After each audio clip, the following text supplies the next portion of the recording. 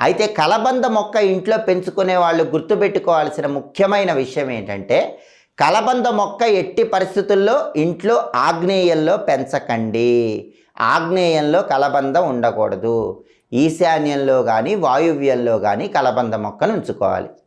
అలాగే కలబంద గుజ్జు తీసి శుక్రవారం పూట శ్రీ మహాలక్ష్మీదేవికి ఆ గుజ్జు నివేదన చేసి ఆ తర్వాత ఆ గుజ్జుని నీళ్లలో కలుపుకొని మీరు స్నానం చేస్తే భయంకరమైనటువంటి దరిద్రాలన్నీ పోతాయి. అష్టదరిద్రాలు పోయి అష్టైశ్వర్యాలు కలగాలంటే శుక్రవారం ఒక అద్భుతమైన పరిహారం పాటించాలి. అదే కలబంద గుజ్జు పరిహారం.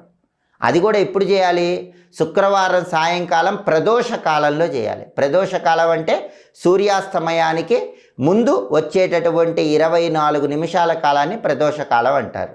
ఆ ప్రదోష కాలంలో మీరేం చేయాలి? కలబంద గుజ్జు తీసుకో